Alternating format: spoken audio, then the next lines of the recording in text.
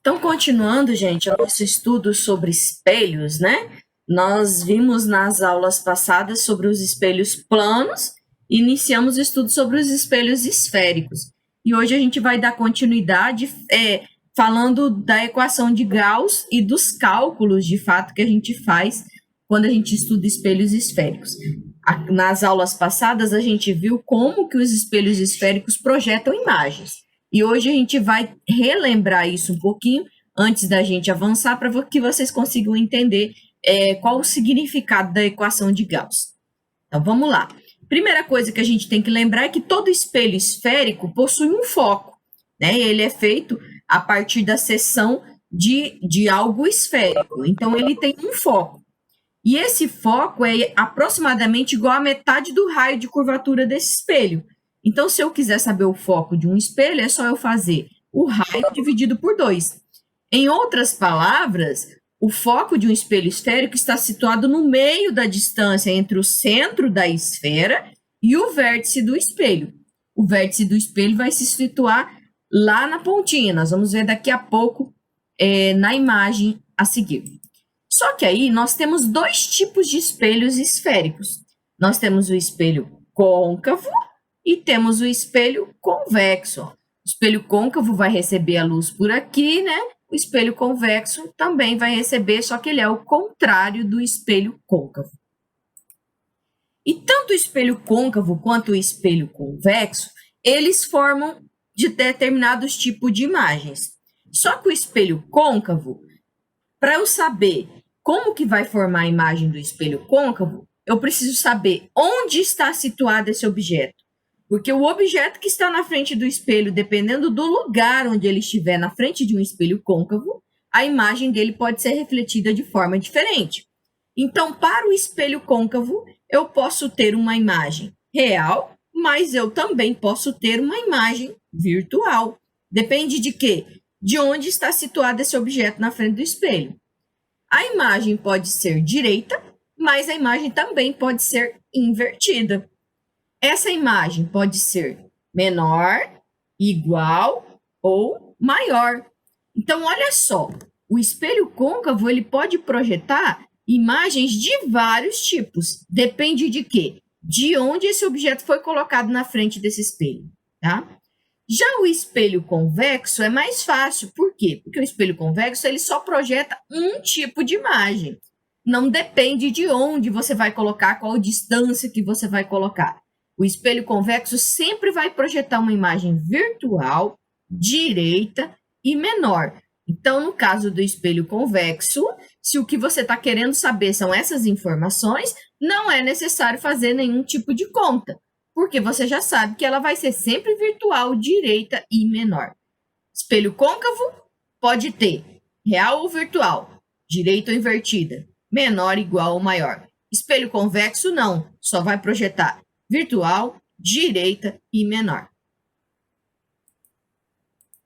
Então, vamos pensar em como essas imagens podem se projetar na frente de um espelho côncavo. Então, vamos lá. Primeiro caso aqui, ó. Nós temos um objeto que está antes do centro de curvatura desse espelho. Ó. Peguei o objeto, coloquei antes do centro, na frente de um espelho côncavo. O que vai acontecer? Eu sempre tenho que usar dois raios principais, tá? Esse raio, o primeiro, vai ir paralelo, ó, paralelo ao eixo aqui do espelho, vai bater no espelho, vai se refletir e vai voltar pelo foco. O segundo raio vai passar pelo foco, vai bater no espelho e vai se refletir paralelo. Em todos os casos, você vai prestar atenção sempre em dois raios. Você vai desenhar sempre dois raios. Um vai paralelo, volta pelo foco. O outro vai pelo foco, volta paralelo. Onde eles se cruzarem será a formação da imagem. Então, aqui embaixo, ó, será a formação da imagem desse objeto, que é uma árvore que está aqui na frente do espelho. Então, olhando pelo raio, eu já posso dizer que essa imagem é uma imagem real. Por que real? Porque toda vez que ele se reflete aqui, ó, no mesmo lado de onde está o objeto, essa imagem é chamada de real. Quando ele se reflete lá atrás do espelho, aí é uma imagem virtual. tá? Então, é uma imagem real, é uma imagem menor e é uma imagem invertida. Todas as imagens reais são invertidas e todas as imagens virtuais são direitas. Então, não vai ter um objeto que tem uma imagem real e que seja direito, tá? Segundo caso, eu vou pegar esse objeto agora e vou andar com ele mais um pouquinho e vou colocar ele em cima do centro de curvatura desse espelho. E aí, novamente, eu faço dois raios principais. Paralelo, volta pelo foco. Vai pelo foco, volta paralelo. Nesse caso, ó, olha lá, onde se cruzaram as retas é onde vai haver a formação da imagem. Então, novamente, tá se projetando aqui, é uma imagem real. Se é uma imagem real, é invertida. Não existe imagem real que não seja invertida. E nesse caso aqui, será do mesmo tamanho do objeto. Mas, ó, eu vou manter o mesmo espelho, o mesmo objeto, só que agora eu vou andar com ele mais um pouquinho para frente, tá? Eu vou colocar ele lá na frente, depois do centro de curvatura do espelho. Porém, será antes do foco desse espelho. Vai ficar ali, ó. Pode ser no meio, pode ser um pouquinho para cá, um pouquinho para lá, não tem importância. Mas vai estar entre o centro e o foco desse espelho. Aí, novamente, eu vou fazer, ó, duas retas, ó. Paralela, volta pelo foco. Vai pelo foco, volta paralela. Olha onde vai haver a projeção da imagem. Novamente, uma imagem real. Se é uma imagem real, então é invertida. E nesse caso aqui, ó, só pelo tamanho aqui ó, do desenho, a gente já observa que é uma imagem maior.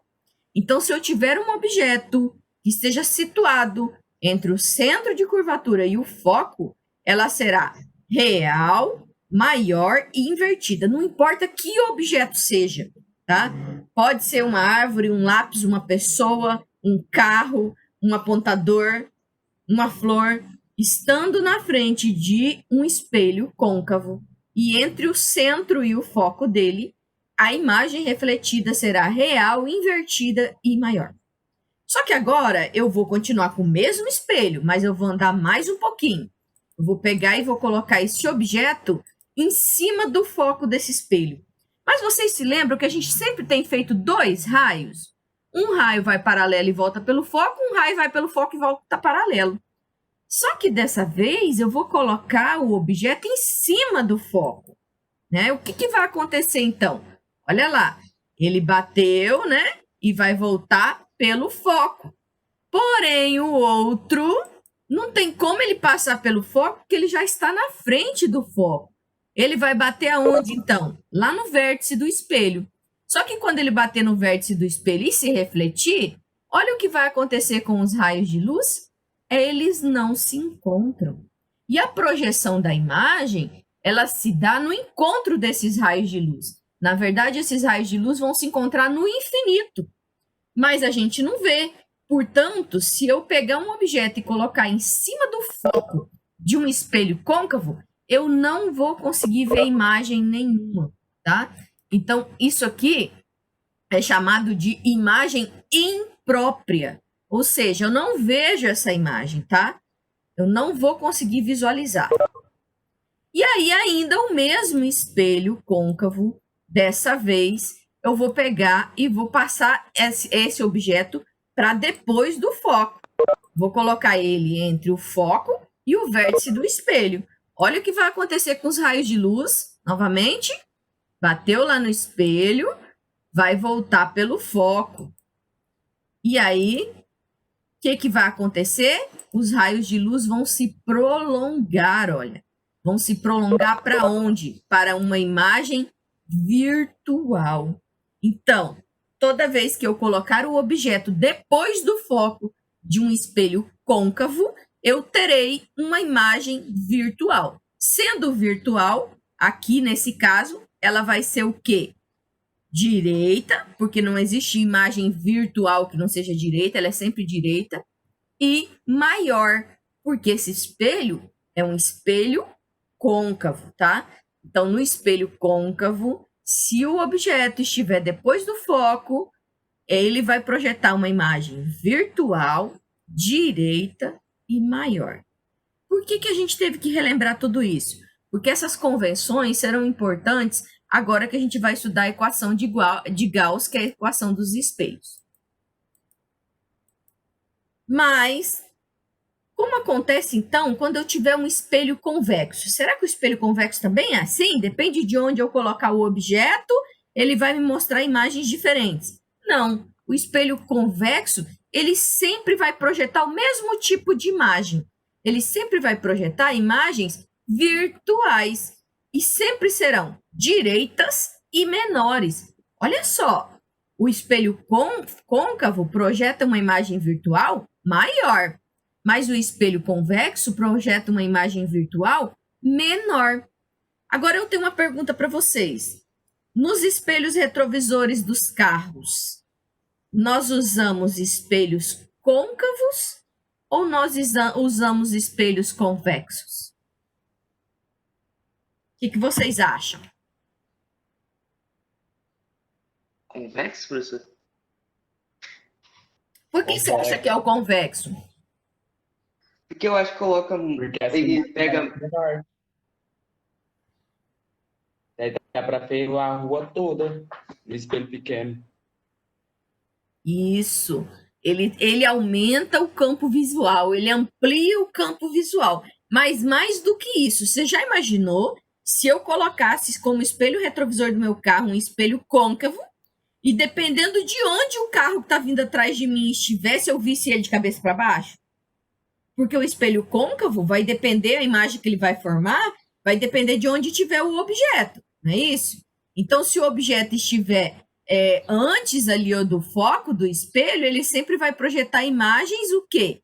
Reais. E as imagens reais são sempre invertidas, né? Então, já pensou? Vem um caminhão de cabeça para baixo se aproximando de mim. Como que eu vou me situar para dirigir? Aí, de repente, quando ele chega mais perto, a imagem vira e fica maior.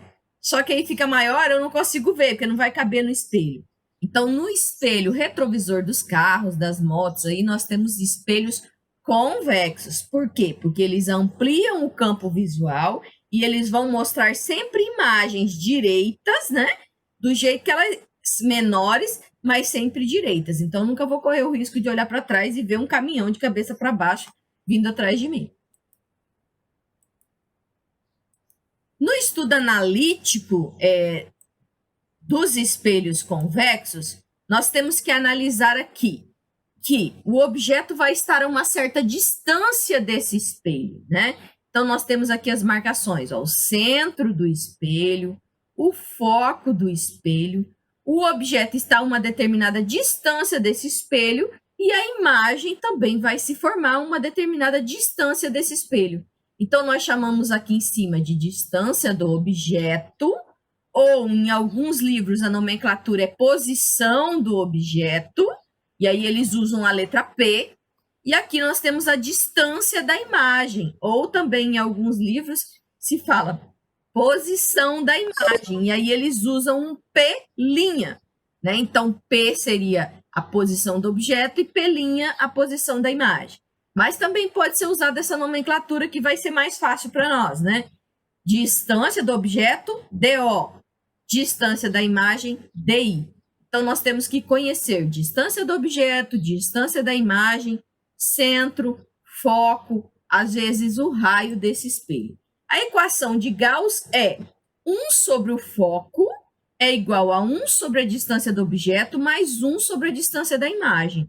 Através dessa equação de Gauss, nós conseguimos descobrir o valor do foco, o valor da distância do objeto ou o valor da distância da imagem. Mas vocês observam que os espelhos côncavos e convexos são capazes de mostrar imagens maiores ou menores, né? Mesmo que seja menor, nós chamamos de aumento do espelho, tá? Então, aumento linear. Como é que a gente calcula o aumento desse espelho? É a imagem dividido pelo objeto, ou seja, a altura da imagem dividido pela altura do objeto. Ou ainda, pode ser menos a distância da imagem dividida pela distância do objeto. Então, quer dizer que I dividido por O é igual, é proporcional a menos DI sobre DO. Sendo proporcional, eu posso multiplicar cruzado aqui, ó, I vezes DO, ou menos DI vezes O, né, que é igual a menos DI vezes O, e formar uma equação. Então, tendo alguns desses valores, eu consigo encontrar os outros através dessa equação aqui. Mas vamos pensar nisso numa aplicação. Como então que eu usaria essa equação de Gauss para calcular alguma coisa e o que cada um desses resultados quer dizer sobre o espelho? Veja, em ótica, se você não souber a parte teórica, de pouco vai te adiantar saber resolver a equação. Por que eu estou falando isso? Porque dependendo do tipo de espelho, você vai ter focos positivos e negativos, você vai ter uma distância da imagem positiva ou negativa, você vai ter uma distância do objeto positiva ou negativa, tá? Então, a gente precisa saber o que significa cada uma dessas nomenclaturas. Então, vamos lá. Primeiro, DO, o que é? É a distância que o objeto está até o espelho, seja ele côncavo ou convexo. DI é a distância da imagem. Se eu vi que o DI é maior que zero, ou seja, um valor positivo, é porque essa imagem é real. Mas se esse DI for menor do que zero, essa imagem, então, é virtual. O é a altura do objeto e I é a altura da imagem. Quando o I é maior do que zero, quando o I é positivo, a imagem é positiva, é porque essa imagem é direita, né? Certinha, retinha. Quando o I é menor que zero, ou seja, o I é negativo, é porque essa imagem é invertida, virada de cabeça para baixo. F é o foco ou a distância focal desse espelho. E o foco pode ser encontrado fazendo o raio dividido por 2. Então, se eu tenho um raio, eu não preciso usar a equação de Gauss. É só dividir o raio por 2 e eu já vou saber qual é o valor do foco. Quando o foco de um espelho é positivo, é maior do que zero, então esse espelho é côncavo. Mas quando o foco é negativo, ele é menor do que zero, então é porque o espelho é convexo. Essa informação é importante, porque toda vez que eu tiver um espelho, então, convexo, eu tenho que lembrar de colocar o foco negativo, tá? Vamos, então, para um exemplo de aplicação. Eu tenho um objeto qualquer, tá? Pode imaginar qualquer objeto que você quiser aí. Um celular, por exemplo, que está colocado na frente de um espelho côncavo. E esse objeto está a 10 centímetros desse espelho côncavo. E a distância focal desse espelho, ou o foco, é de 20 centímetros. Então, vamos lá. Eu quero saber a que distância do espelho se formará a imagem do objeto. Eu quero saber também como que fica desenhando isso, essa situação. Fazer um desenho dessa situação. O espelho, né, a distância focal de 20 centímetros, onde o objeto está colocado a 10 centímetros, representar isso na forma de um desenho. E por último, eu quero saber qual o aumento produzido por esse espelho. Será que essa imagem, eu colocando lá a 10 centímetros de um espelho que tem um foco de 20 centímetros, como que vai ser essa imagem? Ela vai ser real ou virtual? Ela vai ser direita ou invertida? Ela vai ser maior ou menor? E ainda, se ela é maior, que tamanho? Se ela é menor, que tamanho que vai ser? Eu quero saber todas essas informações. Então, primeiro a gente vai retirar os dados. O primeiro dado que fornece é que diz que o objeto será colocado a 10 centímetros do espelho. Então, a distância do objeto é de 10 centímetros. Depois fala que o foco desse espelho é 20 centímetros. Então, F, 20 centímetros. E a primeira coisa que pergunta para a gente é a que distância desse espelho vai se formar essa imagem do objeto. Então, eu quero saber, na verdade, o DI, né? A distância da imagem. Então, vamos lá. Respondendo isso tudo, eu vou usar o quê? A equação de Gauss. 1 sobre o foco é igual a 1 sobre a distância do objeto mais 1 sobre a distância da imagem. Substituindo os valores. Diz lá no problema, ó, que o foco é 20 centímetros, então vou colocar aqui 20. Diz também que o espelho está sendo colocado a 10 centímetros, então vou colocar aqui 10. Ah, mas professora, não precisa transformar em metros? Não, desde que todas as medidas estejam em centímetros. Agora, o que eu não posso fazer de maneira nenhuma é usar uma medida em centímetros e outra em metros, né? Eu não posso utilizar uma medida em milímetros e a outra em centímetros. Se eu vou fazer em centímetros, todas as medidas têm que estar em centímetros. Se eu quero fazer em metros, todas as medidas têm que estar em metros, tá? Então, substituindo, aí, o que eu quero achar é esse DI aqui, ó. Então, eu vou ter que isolar ele. Então, eu posso pegar esse 1 sobre 10 e puxar ele para cá, para o outro lado da equação. Só que quando eu faço isso, ele vem negativo. Como isso é uma equação, eu posso arrumar como 1 sobre DI, ó, é igual a 1 sobre 20 menos 1 sobre 10. Só que para subtrair frações que os denominadores são diferentes, eu tenho que tirar o mínimo múltiplo comum. De quem? De 20 e de 10. Qual que é o mínimo múltiplo comum de 20 e de 10, gente?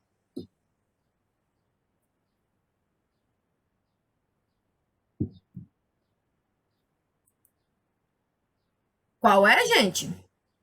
Mínimo múltiplo comum de 20 e de 10.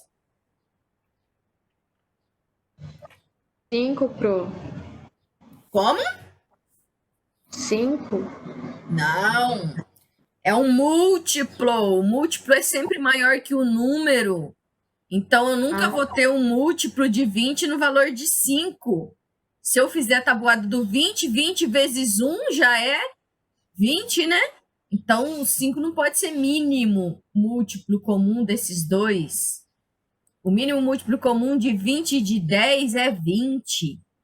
Só que não é só colocar o 20 aqui.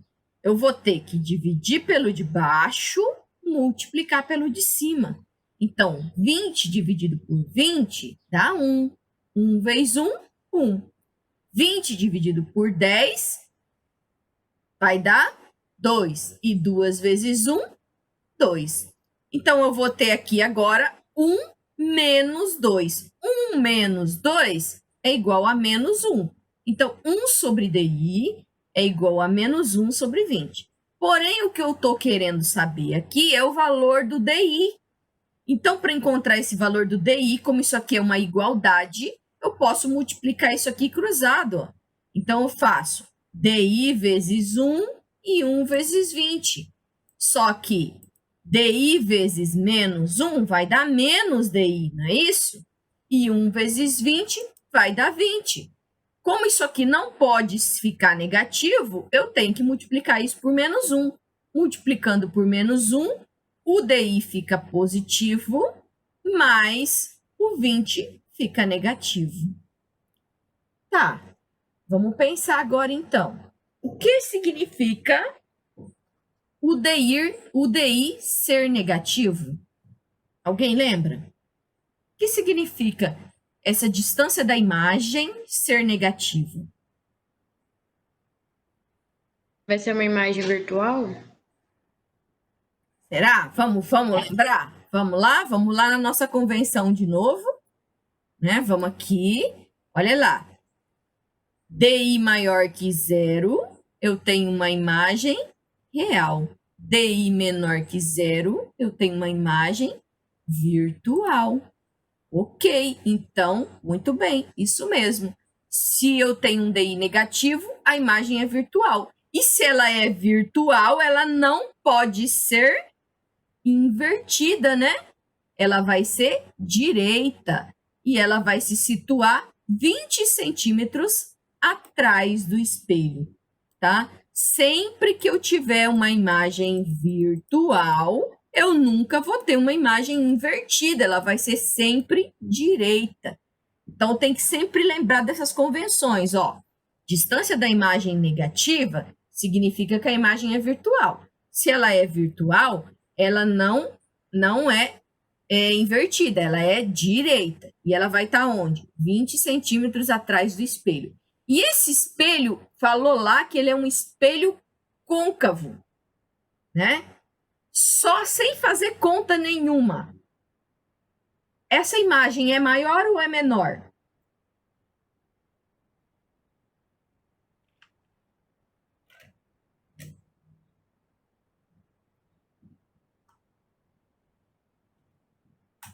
Lembra dos desenhos que nós mostramos lá atrás?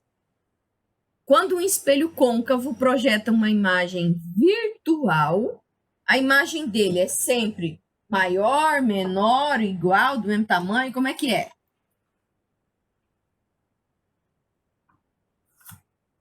Quem lembra? Vamos voltar lá na convenção, lá atrás nos desenhos?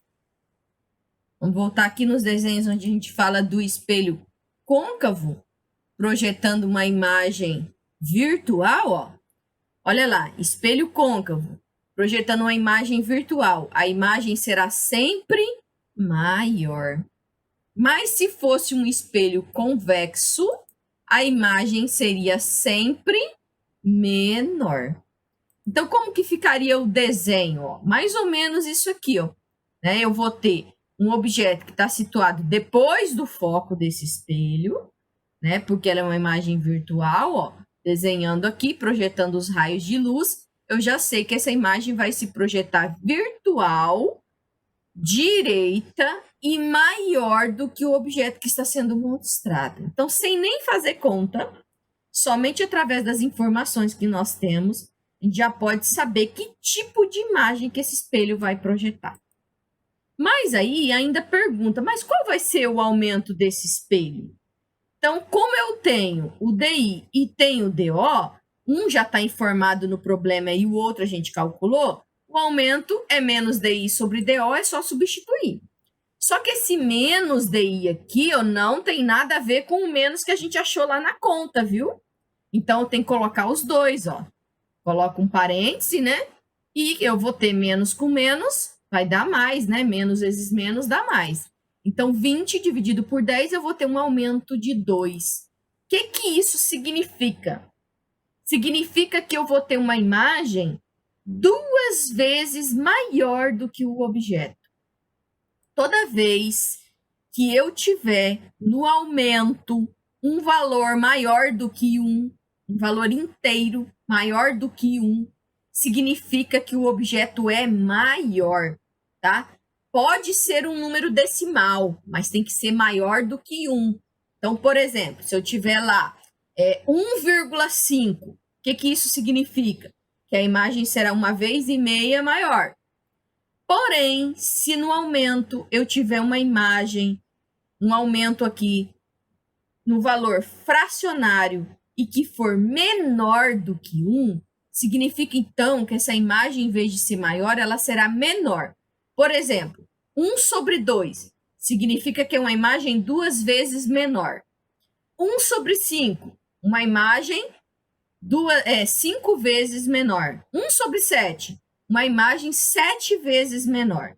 Então, para dizer assim exato quantas vezes menor, convém a gente simplificar a fração para que em cima fique 1 e a gente consiga dizer quantas vezes menor esse espelho vai ser. Exemplo número 2. Vamos supor que na figura desse exercício aqui que eu estou mostrando, a distância focal, né, o foco do espelho côncavo, seja 10 centímetros. Então, F igual a 10 centímetros. E que o objeto esteja situado a uma distância DO do vértice desse espelho de 60 centímetros. Então, tem um objeto aqui, ó, nesse ponto B, situado na frente de um espelho côncavo. Aqui no desenho mostra o centro de curvatura do espelho, mostra o foco do espelho, mostra o vértice do espelho. O que vai acontecer? Eu vou ter 2 raios aqui, ó, um paralelo, que vai voltar pelo foco, e um do foco, que vai voltar paralelo, e que vai me indicar como que vai ser essa imagem. Se ela vai ser real ou virtual, se ela vai ser direita ou invertida, se ela vai ser maior ou menor.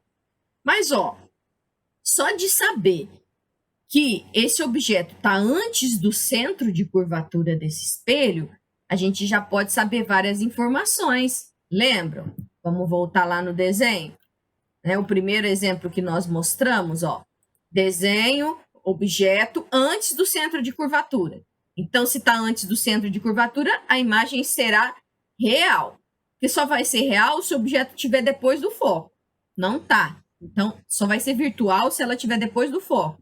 Então, não tá, né? Tá antes do centro de curvatura, ela vai ser real. Qualquer objeto colocado, ó, antes do foco, no espelho côncavo, vai ser sempre uma imagem real. Depois do foco, será sempre uma imagem virtual. Se ela é antes do foco aqui e ela é real, então ela pode ser menor, maior. Nesse caso, ela vai ser menor. Mas ela vai ser sempre invertida, porque não tem imagem real que seja direita. As imagens reais são sempre invertidas. As imagens virtuais são sempre direitas. Então, só de saber que ele está antes do centro, eu já sei que ela é real e invertida. Aí, se eu fizer o desenho, eu já vou saber que ela é menor. Voltando aqui no nosso exemplo, então. Aí eu quero saber, usando a equação dos espelhos esféricos, que é a equação de Gauss, essa que a gente está mostrando, eu quero que determine a distância da imagem ao espelho. Eu quero saber aonde, que distância. O objeto está a 60 centímetros. E a imagem vai estar onde? Tendo em vista o resultado encontrado, eu quero saber se a imagem vai ser real ou vai ser virtual. Calcule o aumento fornecido pelo espelho e qual o significado desse resultado. O que significa? Você calculou, tá, beleza, mas e aí? O que significa isso? Vai ser maior ou vai ser menor? Então, primeiro, utilizando a equação dos espelhos esféricos, nós vamos determinar a distância da imagem. Equação de Gauss, 1 sobre F igual a 1 sobre DO mais 1 sobre DI. Substituindo, diz lá que o foco é 10, que o objeto está a uma distância de 60 centímetros e quer que eu calcule o valor do DI. Vamos passar esse 1 sobre 60 para cá, para isolar, porque eu quero encontrar o valor de DI. Se isso aqui, ó, 1 sobre 10 menos 1 sobre 60 é igual a 1 sobre DI, então 1 sobre DI é igual a 1 sobre 10 menos 1 sobre 60. É uma igualdade.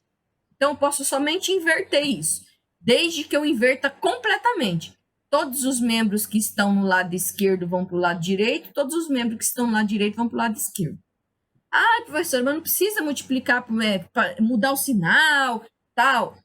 Se você quiser, você vai mudar o sinal, só que aí depois você vai multiplicar por menos 1 e vai voltar a ser tudo como era antes. Então, só inverte. Com isso, só pode ser feito quando você inverte todos os membros ao mesmo tempo, tá? Quando você inverte só um, não pode. E aí, eu tenho que tirar o mínimo múltiplo comum de 10 e 60. Vai ser 60. 60 dividido por 10 dá 6. 6 vezes 1, 6. Anotem aí, ó. Divide pelo de baixo, multiplica pelo de cima. Não é só tirar o mínimo múltiplo comum. Nem tampouco posso fazer a subtração com denominadores diferentes, tá? Então, tira o mínimo de 10 e 60, dá 60. Divide pelo de baixo, multiplica pelo de cima. 60 dividido por 60 dá 1.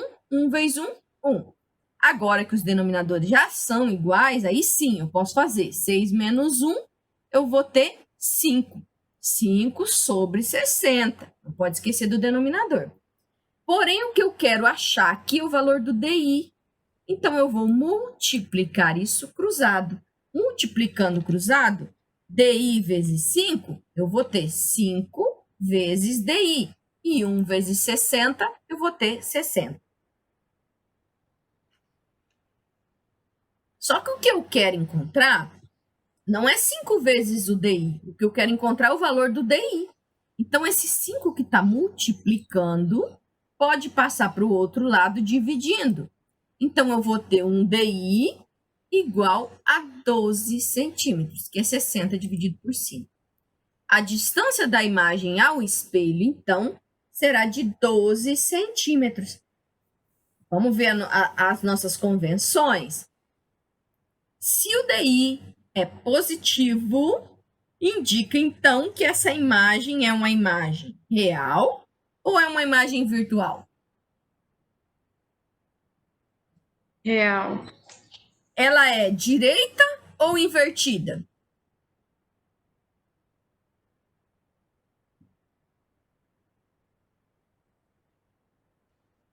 Direita? Isso, só o fato dela ser real, já me diz que ela é direita, que as imagens reais são todas direitas. As imagens virtuais são sempre, as imagens reais são sempre invertidas. As imagens virtuais são sempre direitas.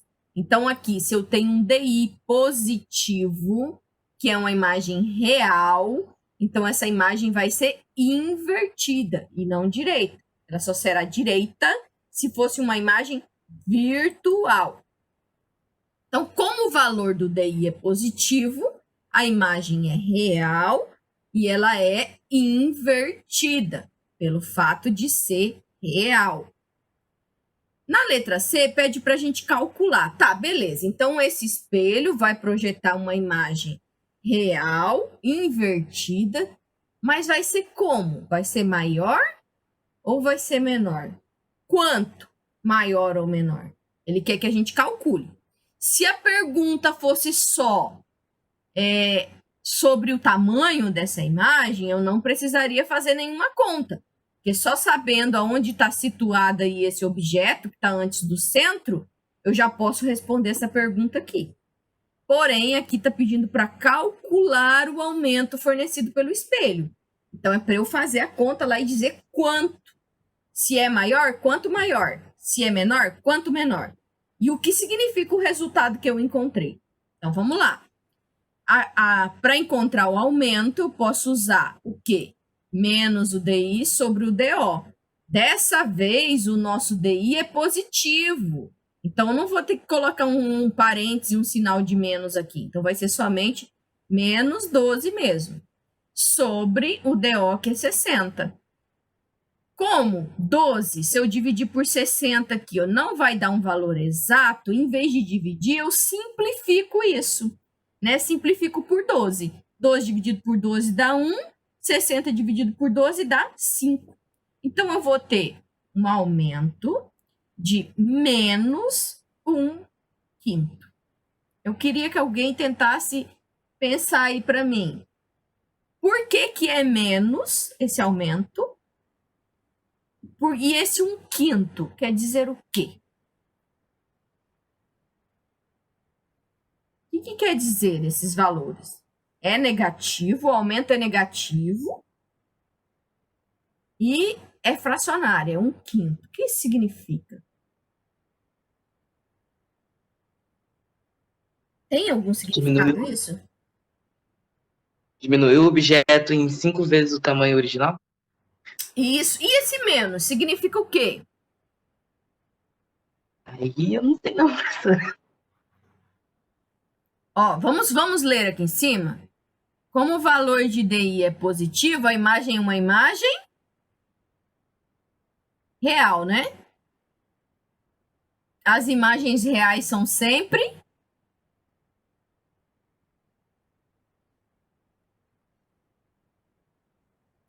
o quê? Positivas. Não. Invertida. Invertidas. Isso aí. As imagens reais são sempre invertidas. Então, sinal de menos, o que ele indica? A imagem é invertida. Se fosse positivo, não seria imagem invertida. Só que aí não seria uma imagem real. Seria uma imagem o quê? Virtual. Tá? Então, se a imagem é real, aqui vai dar negativo. Se a imagem é virtual, aqui vai dar positivo. E como é 1/5, ó, é um valor menor que 1. Se eu dividir 1 por 5, vai dar um valor menor que 1.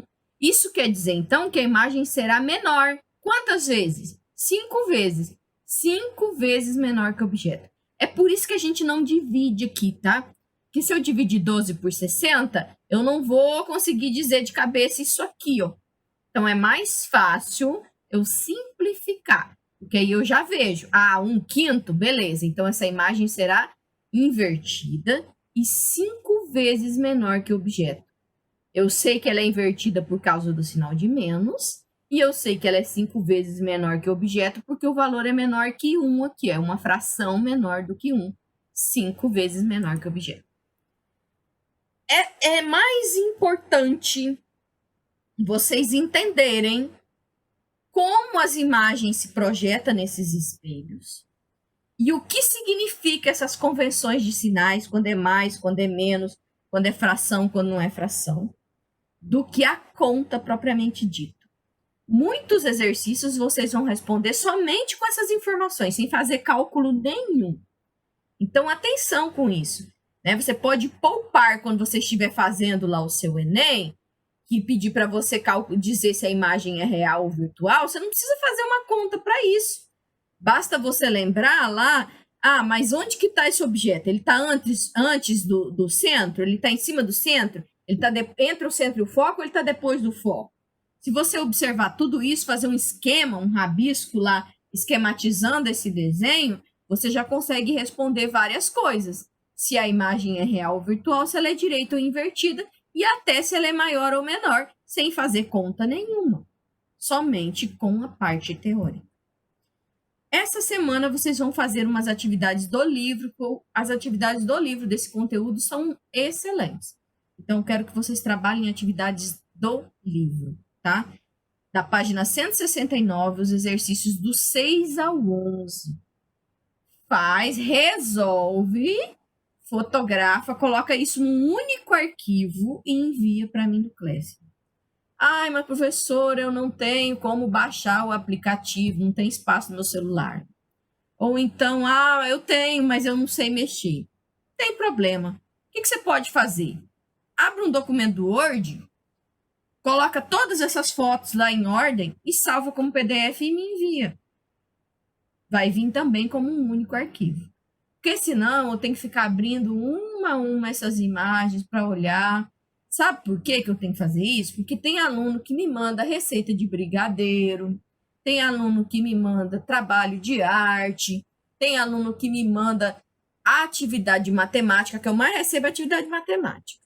Esse dia até recebi uma de matrizes. Achei lindo, mas não tinha nada a ver com o meu conteúdo, né? Então, por favor, colaborem aí com a pobre professora que tem que abrir atividade de... Não sei, né? Até perdi a conta de quantos alunos eu tenho. Mas são 13 turminhas, né? Faz as contas aí. Então, faça isso para facilitar para a gente, para facilitar para vocês também as devolutivas. Outra coisa importante, vocês observem lá no Classroom que todas as atividades eu numerei, tá? Eu numerei para facilitar, porque nos outros trimestres, às vezes eu falava, olha, você está devendo a tarefa, o aluno ficava perdido. Mas qual tarefa? Mesmo a gente falando certinho o tema, o aluno mesmo assim não conseguia se situar. Então, nesse bimestre, eu fiz o quê? Eu separei por número, coloquei lá 1, 2, 3, 4, 5. Então, fica mais fácil de saber, né? Qual tarefa você está devendo. Eu vou mandar agora aqui para vocês no chat um formulário para vocês registrarem a presença de vocês. Vocês podem registrar e já se retirar da sala, que eu já vou começar a aula da outra turma dentro de alguns minutinhos, tá? Tá aí no chat. Se precisarem de ajuda, falem comigo. Não mandem atividade de qualquer jeito. Não mandem atividade copiada dos outros. Pergunta. É um direito seu. O professor está aqui para explicar o conteúdo. Faça isso, de preferência, no horário de trabalho, por favor. Não deixa para perguntar à noite. Quando eu posso, eu respondo, mas nem sempre eu posso. Eu tenho feito vários cursos e sempre no período que eu não tenho aula, que é o período noturno, né? Então, às vezes, não dá para eu sair lá da aula ao vivo para poder responder para o aluno. Então, procure fazer isso no horário de trabalho, mas pergunte. A gente está disponível para isso, tá? Tá aí no chat de vocês. Podem assinar a lista de presença e podem se retirar da sala.